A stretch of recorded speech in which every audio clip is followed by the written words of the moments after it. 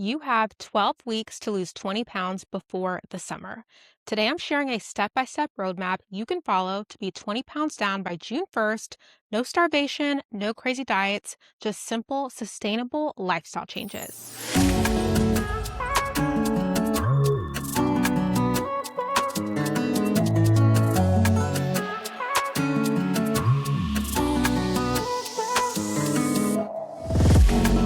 Welcome to the Fit and Fulfilled Show. If you're a busy professional woman who wants to finally prioritize your health and happiness, this is the place to be. I'm your host, Soraya Russell, certified macronutrition coach, mindset coach, and lifestyle transformation coach. And each week, I share practical strategies to help you build sustainable habits, become obsessed with what you see when you look in the mirror, boost your energy, and feel confident and strong in your body, all without feeling stressed, burned out, or guilty. Let's dive in. So, this is the perfect time to start because as of the date of recording this podcast, next week is March 9th. 12 weeks from then is June 1st, aka the start of the summer, which means if you take everything I'm going to share, take this week, plan everything I'm saying to put it into motion to start next week, you will have 12 full weeks until the start of summer to lose that 20 pounds. Memorial Day is also May 26th, which is about 11 weeks from next week. So this is the perfect time to start because if you begin implementing everything I'm about to say as of next week, you're going to feel sexy, strong, confident, and love the way your body looks in the mirror, pictures, and clothes this summer. So I'm really big on realistic weight loss. So I first want to share with you the formula I use for you to determine how quickly you can lose the 20 pounds. Because it's not a generic number, it really is based on your starting weight. Basically, the more you weigh, the more you can lose in a certain time frame. Whereas the less you weigh, it's probably going to be a little bit slower. So the rule is the 0.5 to 0.7% rule. This rule means that you can lose between 0.5 to 0.7% of your current body weight on average if you're being about 80% consistent. And this is on a weekly basis. So say, for example, you're 200 pounds, 200 times 0.5% is 1. That would be 1 pound lost a week on average. 200 times 0.7% is 1.4. We're just going to round up to 1.5 for the sake of this example.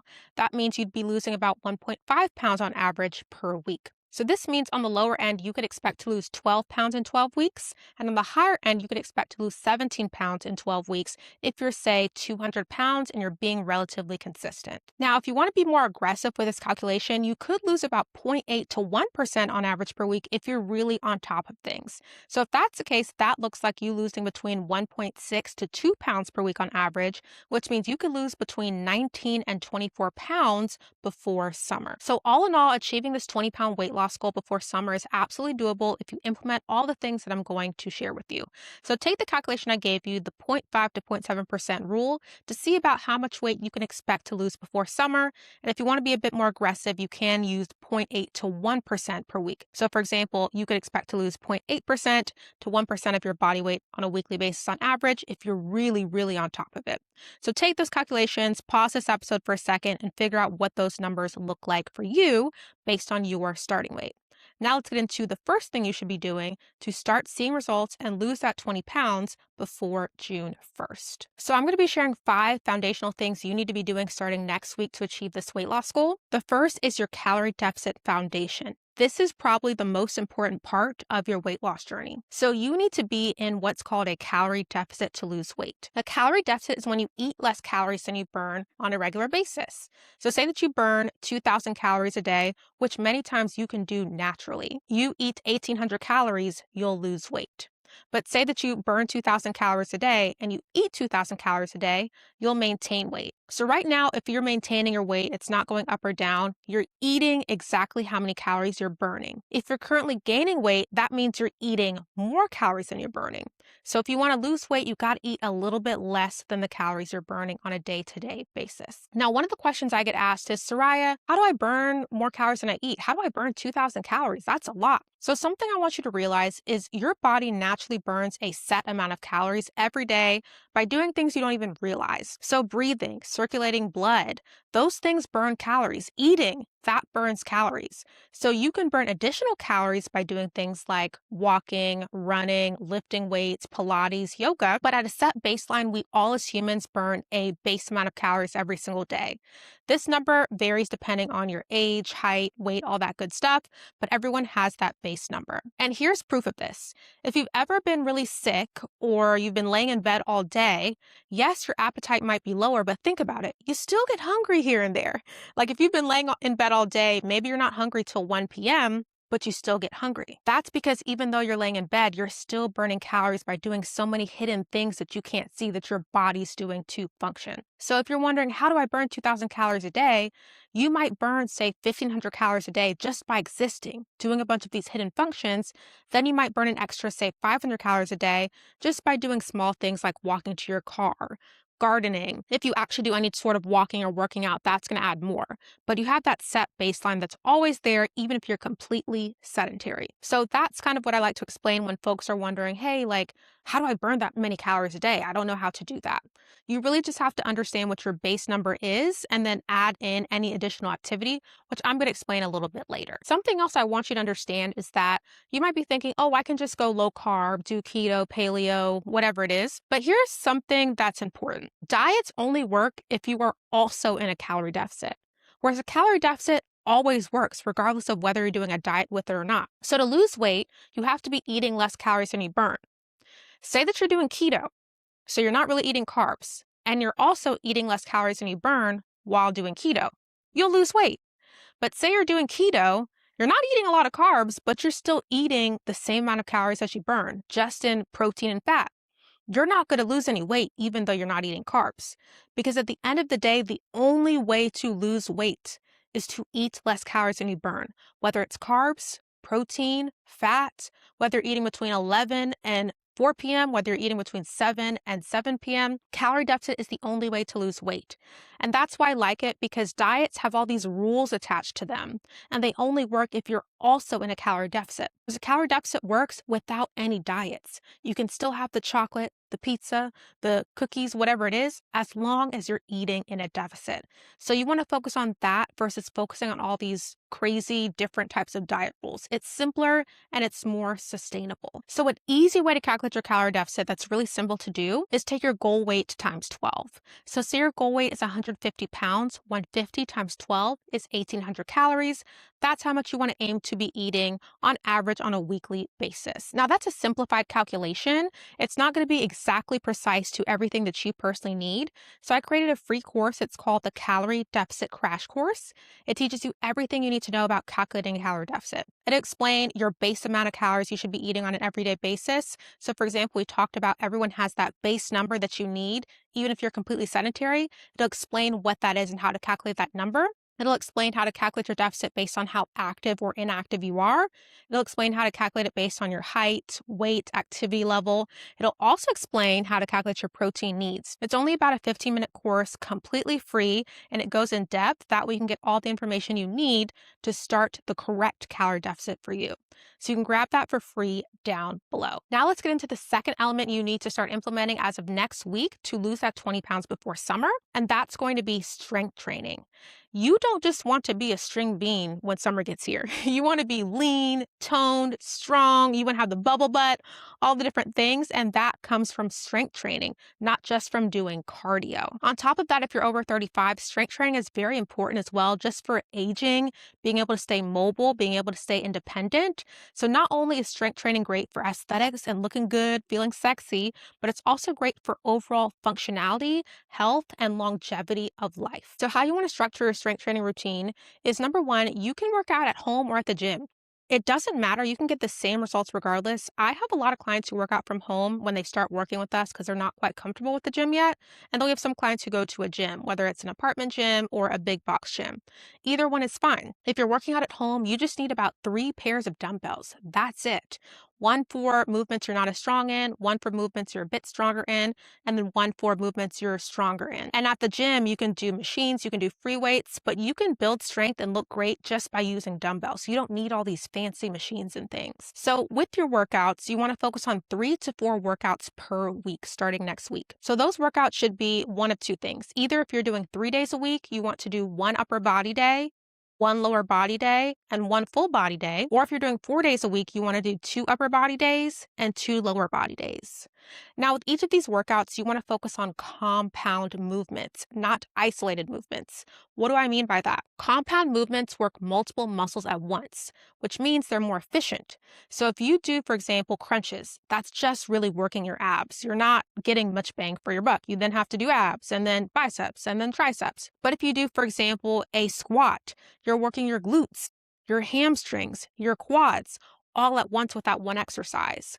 So we want to focus on more exercises that work multiple muscles at once because it's just more time efficient. You get to hit all those different muscles with one exercise versus having to do 3 different exercises to hit those 3 different muscles. Some examples of compound movements are squats, deadlifts, pull-ups or push-ups, rows, all those things are examples. So say that it's leg day, I'll tell you some of the exercises I like to do. I like to do squats, deadlifts, Bulgarian split squats, lunges. Those are just a couple examples of movements that work multiple muscles at once versus only one muscle. And another myth I want to debunk is a lot of people say you got to do a lot of ab workouts to get a flat stomach. The thing is, a lot of compound movements also work your abs. And so instead of doing like a 15-minute ab circuit, just do compound movements that also target your abs, which a lot of these movements I just listed do. Because what happens is when you're doing things like squats or deadlifts, you have to engage your core in order to do that movement. And so it's actually working your abs, even though you might not be realizing it. Next time you go to do a move like a deadlift, pay attention to your body and what's feeling like it's being worked, and you will feel those abs. So instead of just spending time doing a bunch of ab circuits, do compound movements. And even me personally, I don't do ab exercises. I don't. For me, it's a waste of time. And I have a 4-pack. And it's because I do compound movements that work my abs versus isolated movements. So we want to focus on time efficient workouts because you're probably a busy professional woman. That's what this podcast is for. And if that's the case, you don't want to spend 2 hours at the gym. So we want to focus on workouts that keep our workouts time efficient, not super long. You also want to focus on progressive overload. This means changing some element over time to further strengthen your muscles. So this could be you changing the reps. So you're doing more reps over time. So this week you might be lifting 10 pounds, or you might be lifting and then doing 10 repetitions. And then next week you might do 12 repetitions. Another thing that you could change progressive overload wise is you could change the weight that you're lifting. So this week you could be lifting 10 pounds. A month from now you could be lifting 15 pounds. A month from then 20 pounds. So progressive overload is changing some element over time to further strengthen your muscles. My favorite 2 elements to change for our clients is the weight and the reps. So what we do in our coaching program is each month our clients are supposed to increase the weight they're lifting, because as you work out and strength train more, you're going to get stronger. And if you're a beginner, a month after, you're going to start feeling like, hey, this weight feels easy. And that's good. That means you're building strength. But if you want to continue building muscle and losing fat, you're going to want to up those weights a little bit. So if you're starting by lifting, say, 5 pounds with a maybe shoulder movement, a month from now, that's going to feel pretty easy. So then you want to go to 10 pounds. You don't have to continue increasing forever. Like there's a point where you can stop. So for me, I lift the same weights now every single week, but that's because I've hit a place where I'm strong, I'm toned, I like the way my body looks. And so I don't need to continue increasing. But if you're a beginner, you're probably not super strong. So you want to progressively overload to build that muscle and lose fat. So for example, we had a client who started working with us in December. She was 55 years old. She had never strength trained or lifted weights before. She was like, Soraya, I know this is important for me to start doing. I know that building muscle is important as I get older, but I'm so intimidated. I don't know where to start.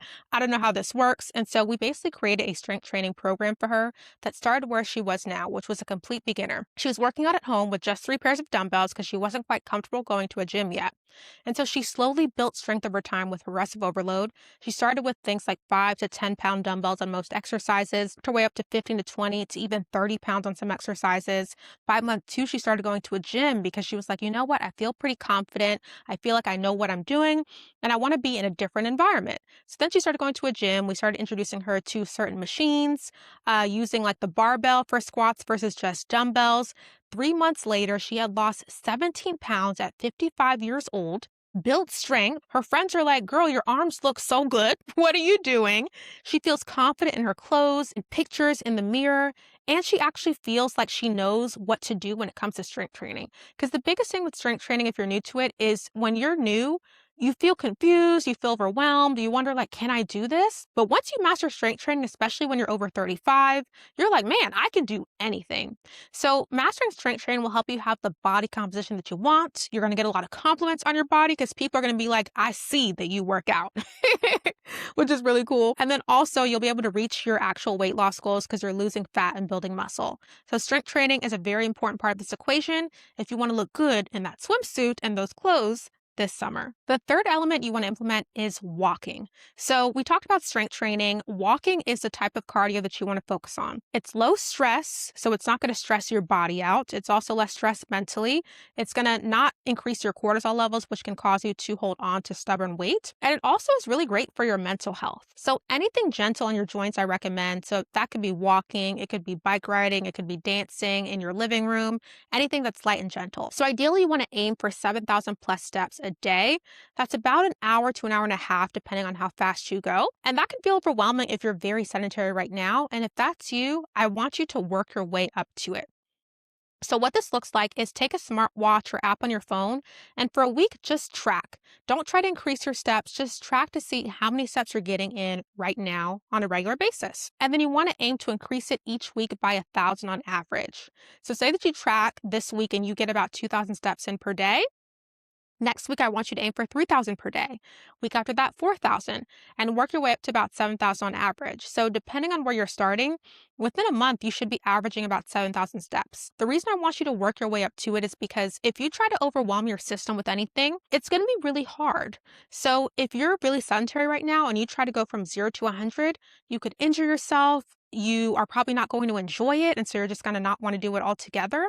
So easing your way into anything is the best way to make it sustainable long term. Another strategic thing I recommend is trying to time your walks after eating because, fun fact, walking helps with digestion. So my friend calls them digestive walks whenever we go on a trip together and we go on a walk. So if you're eating breakfast or lunch, go for a 15-minute walk afterwards. Something you could do to make that 7,000 steps go by faster is break it up with your meals. So after breakfast, 15-minute walk, lunch, 15-minute walk, dinner 15-minute walk, and then do maybe 20 minutes by itself. So it's a great way to break up the walking. Also, you can kind of tie eating with walking, so it gives you kind of a mental cue to say, oh, I finished eating, it's time to walk. So that's a hack that I really like to use. Also, depending on where you live, the weather outside is very nice right now. The trees are nice and green, the flowers are blooming, the weather is pretty good, it's not cold anymore. And so this is a great time to build walking as a habit and just get outside in nature. So I really believe the spring is one of the best times to start a weight loss journey because honestly, just weather is nice. The mood is great. Like everything is great. And it's leading into summer. So there's no better time to start building walking habits and general sustainable lifestyle habits than right now. Also, if you're a busy professional, some hacks I recommend are parking further away. So whenever I go to the grocery store, I park in the back of the parking lot just to get some extra steps. Do walking meetings. So if you're doing a meeting on the phone with colleagues, do it while you're going for a walk. Get a walking pad and walk while you're doing work. Or sometimes if you're new to walking, walking on a walking pad indoors while working, like typing, can be very difficult. So if it is, I recommend using the walking pad while you're on meetings because that way you're not having to type, you're just listening and maybe talking. So what I like to do is when I have meetings with our coaching team, I'll walk on my walking pad during because I just be sitting anyway. So it's a way for me to get my steps in without me having to focus on typing something and walking at the same time. The fourth element you want to implement is optimizing your protein intake. This is especially important if you're over 35 and or menopausal. So ideally you want to aim for 0.6 to 0.8 times your current body weight in protein. And it can be higher or lower depending on if you're say vegetarian or vegan. I actually say 0.4 times your current body weight in protein because it's a little bit harder to get that in unless you're eating a bunch of meat substitutes, which I don't want you to have to do if you don't want to. But 0.6 to 0.8 is generally where I recommend women be. So the reason protein is very important for fat loss is number one, protein helps with muscle building and muscle recovery. More muscle equals a faster metabolism, and a faster metabolism means weight loss is going to be easier for you. So it all goes hand in hand. Another thing is protein has a high TEF. TEF stands for thermic effect of food, meaning when you digest protein, you burn more calories than you do when you digest carbs or fat. And yes, you do burn calories when you digest food. Third thing is protein is more satiating than other macronutrients, meaning that when you consume protein, you'll stay full longer. So if you were to have a rice bowl, just rice, you'll probably be hungry in a little bit. But if you have rice and chicken, rice and tofu, rice and turkey, you'll stay full for like double the time just because you added protein. So there are so many benefits that'll help you with weight loss as far as staying full, less cravings, burning more calories, and boosting your metabolism. So if we take the 0.6 to 0.8 rule, if you are a woman who's 200 pounds, that would be 0.6 times 200 is 120. 0.8 times 200 is 160. So you'd want to be eating between 120 to 160 grams of protein per day. Now you might be like, Soraya, that sounds like a lot of protein. I don't want to stuff myself with dry chicken all the time. There's so many sources of protein out there, plant-based, non-plant-based. But the first thing I want you to do is break the number down. So say that your goal is 150 grams of protein. Break it down into 3 meals, 50 grams per meal. Sounds more manageable. Or if you're having snacks, try to get 80% of that protein from your meals and 20% from your snack. Just break the number down and it feels a lot more manageable. Some examples of protein that I like are lean meats, tofu, eggs, Greek yogurt. Edamame is a vegetable that's very high in protein. Cottage cheese, which I don't like by itself, but when you mix it with things, it hides very well into foods. There's so many high protein snacks out there, high protein bars, drinks, cookies. Legumes are also a high protein item if you're vegetarian or vegan. So don't think you just have to eat chicken. That's not the only source of protein. There's so many others. And when you learn how to optimize your protein in your meals, it feels easy to lose weight without feeling like you're stuffing yourself with chicken. So like in our coaching program, we create the meal plans for our clients that are very customized to them. And they start learning, oh my gosh, I am hitting my protein goals by eating these foods with a bunch of different types of protein in them. And then they start learning how to build meals for themselves that include those different types of protein. So when you know how to do it, hitting your protein goals is actually really, really easy. The fifth element is your spring navigation plan. There's a lot of things happening during the spring. We have graduations, we have Easter, we have weddings, we have Mother's Day. So many things are going on during the season. And if you don't have a plan, you'll be doing really great, really consistent with the things I told you.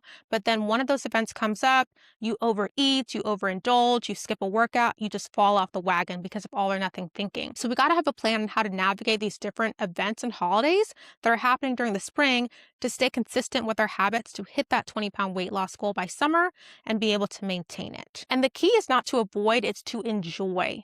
What this means is when you just try to avoid social events to stay on track with nutrition and food and exercise, you might avoid the event and stay consistent, but at some point you're going to cave and go to an event and you're not going to know how to handle it and enjoy yourself while staying on track. So if you want to build sustainable lifestyle changes, you want to learn how to enjoy these spaces and these events while still staying consistent. And what I recommend is the 80-20 rule. 80% of the time, eat whole foods, 20% eat fun foods. 80% of the time, you're relatively on top of things. 20% of the time, having a little bit of fun, winging it a little bit. That's fine. As long as you have that 80%, you'll still see results.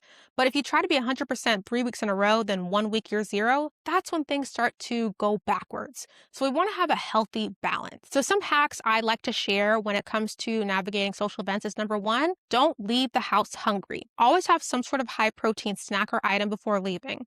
So if I'm going to a social event that starts at 7 p.m., I'll have a high protein snack at 5 p.m. That way when I arrive, I'm not starving and just like raiding the food to get everything on my plate. I'm starting to get hungry, but I can make conscious decisions because I'm not starving. Then once you get there, you want to survey the room and see what items are available and follow the plate rule. The plate rule is half your plate being veggies and or fruits, a fourth being protein, and a fourth being carbs. So say I'm going to a wedding and they have green beans, they have chicken, and then they have maybe mac and cheese. I would have half my plate being green beans, a fourth being the chicken, and a fourth being mac and cheese. That's my plate. And so I'm able to make conscious decisions because I had a high protein snack beforehand, and then I survey the room to make sure my plate matches my goals.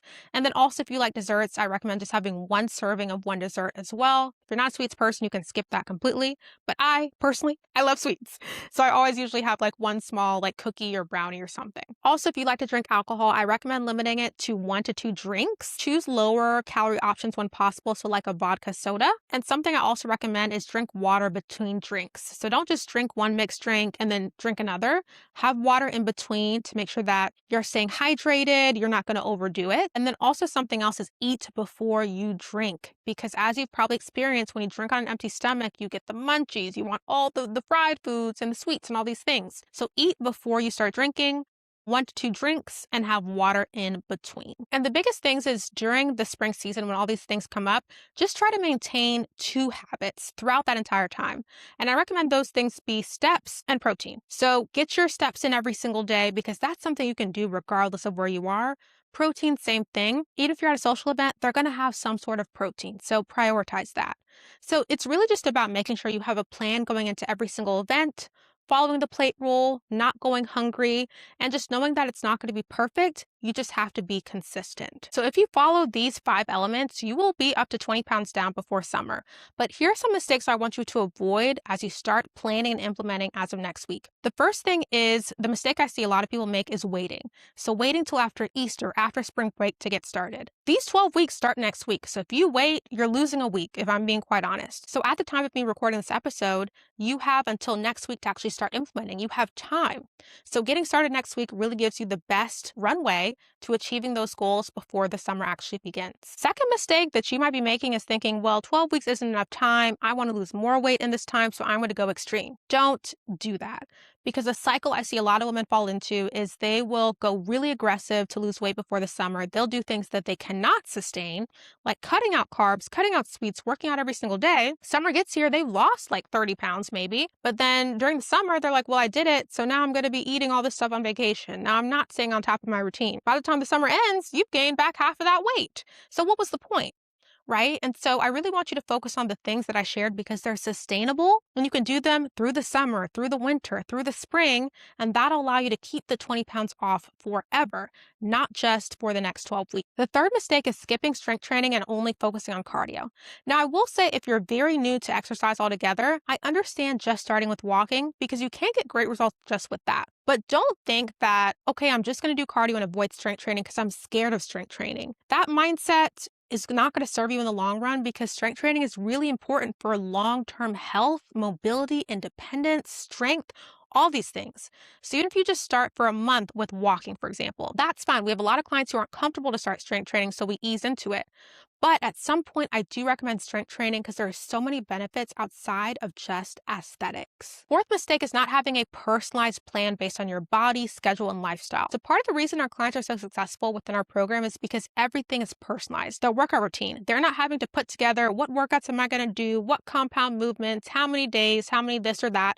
We plan all of that for them, and they have access to the workouts within our private app. On top of that, we plan their nutrition plans for them. So they tell us, the things they like to eat, allergies, health conditions, foods that they like, foods that they don't like, how many people they are feeding. And we curate personalized meal plans based on all those criteria, so they like what they're eating. It's easy, it's sustainable, it fits their schedule. If we have clients who travel for work, everything is based on that. So they're not cooking. We give them options from restaurants that are close to them, like Chipotle, Sweetgreen, Chick-fil-A, whatever they like.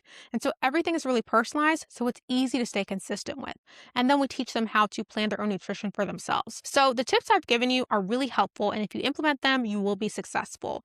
But if you are a busy professional with a hectic schedule, with a family, with a lot of responsibility, it's really, really going to be helpful to get someone to help create these things for you and hold you accountable to ensure that you lose the weight before the summer and are able to maintain it with a personalized approach. So thank you so much for tuning in to the Fit and Fulfilled show today. I hope you walked away with practical strategies you can start implementing to lose that 20 pounds before the summer and feel more confident and energized in your everyday life.